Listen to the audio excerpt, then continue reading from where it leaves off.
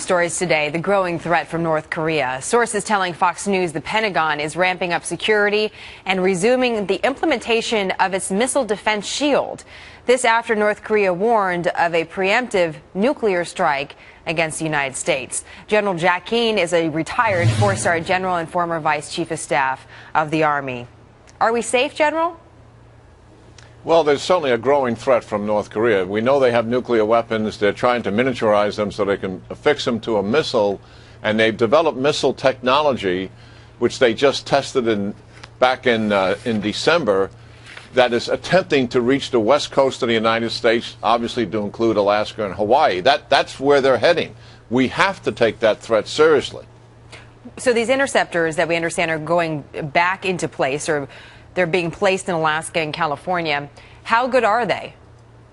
Well, our missile defense technology is the best in the world. And you saw a display of that to some degree with the attack on the Israelis, because the technology they have and what we have is very close. So we do have the capacity to knock those missiles down, to be sure, and certainly thickening that defense land-based. But we're also thickening the maritime and sea-based defense as well. We've heard so many threats over the years from North Korea, General Keane. Why do you think this time is different, or is it even different? Well, it is different in terms of the evolving nature of the threat, as we just discussed. They're increasing their capacity and capabilities.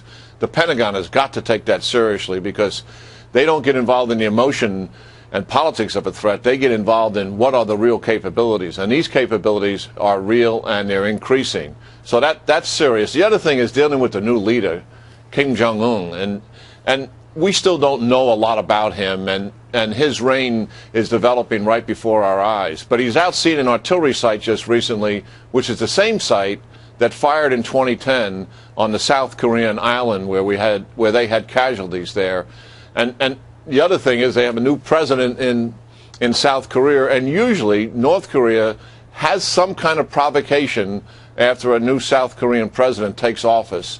So we don't know what he's going to do, but I suspect he's going to do something in the next few weeks or months. What's also concerning to many analysts is the relationship between North Korea and Iran. There's certainly a lot of focus on missile interception on the West Coast because of the geography with North Korea. But what about our East Coast? What about their relationship with Iran? Should we be looking elsewhere besides just Alaska and California to beef up our defenses? Well, the Iranians certainly, as we all know, we've talked many times, are developing a nuclear weapon. They have missile technology, short, medium, and long-range missiles, that can deal with their entire region and also reach into southern and eastern Europe. They do not have transcontinental missiles, so-called ICBMs, that we have. But nonetheless, the Iranian developing threat is very serious. And in some respects, it's more serious than North Korea, because they have stated time and time again that they intend to dominate the region of the Middle East.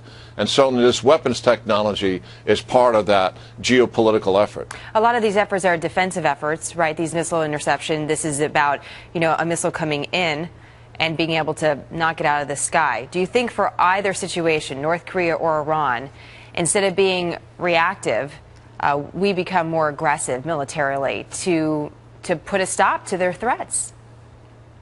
Well, I think geopolitically our objective in North Korea should have been for some time regime change. I'm not talking about military force, as you suggested, but a significant geopolitical and clandestine effort. That should always be our goal, and do that in cooperation with the South Koreans.